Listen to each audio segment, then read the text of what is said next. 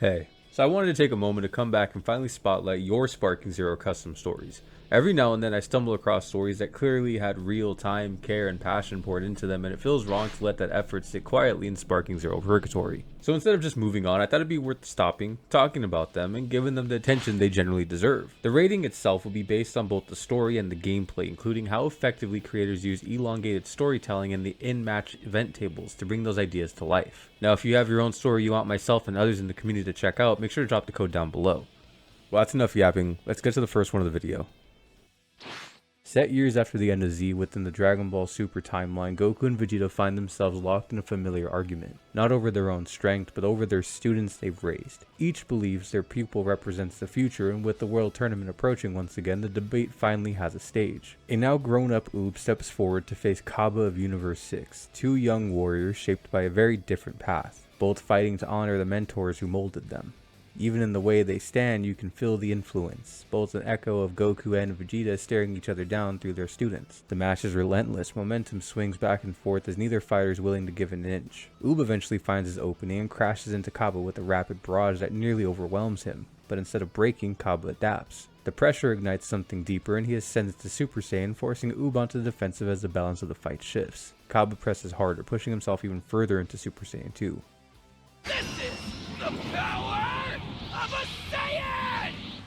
Sending out a massive final flash that tears across the arena, leaving Oob barely standing and clinging to consciousness. As Cabba revels in his power he's unlocked, for a moment it feels like the fight is slipping away from him. But in that moment of weakness, Oob is struck by a vision, Goku turning away from him, choosing to move on, seeing him as a student who couldn't rise when it mattered the most. The fear of being left behind cracks something open. The dormant Majin power within Oob surges to the surface. Where he stands again, the fight has changed. The hesitation is gone. Oob overwhelms Cabba with sheer force, flipping the momentum completely and ending the match with a devastating wave of ki that leaves no doubt about the outcome. With the victor decided, Cabba offers an apology to Vegeta for falling short. The Saiyan Prince doesn't look disappointed. In fact, he's proud of how far his student has pushed himself. Oob and Goku depart together, returning to their training while Goku smiles with the excitement of someone eager to see just how far this new power can go. The final image lingers on the old World Tournament announcer, staring in a stunned silence, once again reminded that the world has moved beyond anything he thought possible. Now this is a genuinely strong storytelling, paired with a matchup that feels very believable. One that could absolutely exist in Dragon Ball's future, if the pieces ever fall into the right place. One of the biggest issues I see in fan-made stories is a surface level understanding of the characters being used, but the problem doesn't exist here. Everyone behaves exactly as they should at this point in the timeline, with motivations and reactions that feel earned rather than forced. The added mid-match cutscenes elevate the fight even further, giving weight to every exchange and letting the story breathe between blows. Turns the battle into more than just mechanics on the screen, and it feels like a moment that very much matters. 7 out of 7.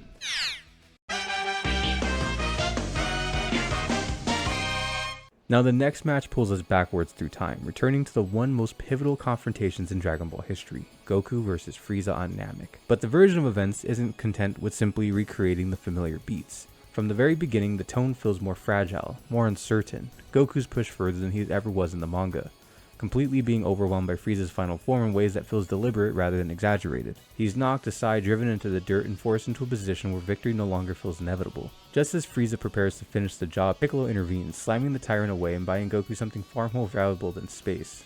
Time. Time to breathe and time to gather himself. Most importantly, time for the Spirit Bomb to form without desperation rushing the process. Now what follows isn't the traditional pumped up boss fight battle, built around domination, but one that's really well rooted in survival. You're asked to endure here, to stay upright, to steal moments where you can, dealing small bursts of damage while waiting for something greater to take shape in the background. Health isn't restored on either party, so it's very important to do some damage and save yourself for what comes next. And when that next phase begins, the Spirit Bomb is ready, but even that doesn't unfold as expected. Frieza meets it head on with his Death Ball, pouring his rage and pride into this clash. The resulting collision twists the outcome, turning Goku's final hope against him. Your energy with me for a Spirit Bomb! Done! You see, I'm able to survive in the vacuum of space. But can you? I think not. Now perish along with this planet! You won't beat me! What? Now when the dust settles, Goku's gone. The battlefield falls silent. Frieza laughs it off as dismissing the attack as a failure, while the rest of the group is left with the unspoken conclusion that they've lost him. Piccolo, exhausted and running on instinct alone, makes one last attempt to stop Frieza, pouring the remainder of his strength into an effort that feels more symbolic than strategic, but it changes nothing. But as despair settles in, Piccolo senses something Frieza doesn't. An unfamiliar presence, steady and unreadable. From the crater below, Goku rises. There's no declaration, no speech, no visible emotion. Goku awakens in the Ultra Instinct state. His expression is vacant, his movements stripped of excess thought. The contrast is immediate and unsettling. Where Frieza fights with fury and ego, Goku moves with quiet certainty. The battle that follows is completely one-sided, not because of spectacle, but because of the restraint. Every motion is efficient, every strike is purposeful. Frieza throws everything he has left into the final attack, a desperate attempt to erase what he no longer understands. But Goku doesn't react with panic or triumph, he responds with precision, answering Frieza's last gamble with a Kamehameha that ends the fight and wipes the tyrant from Namek entirely. This is the end for you!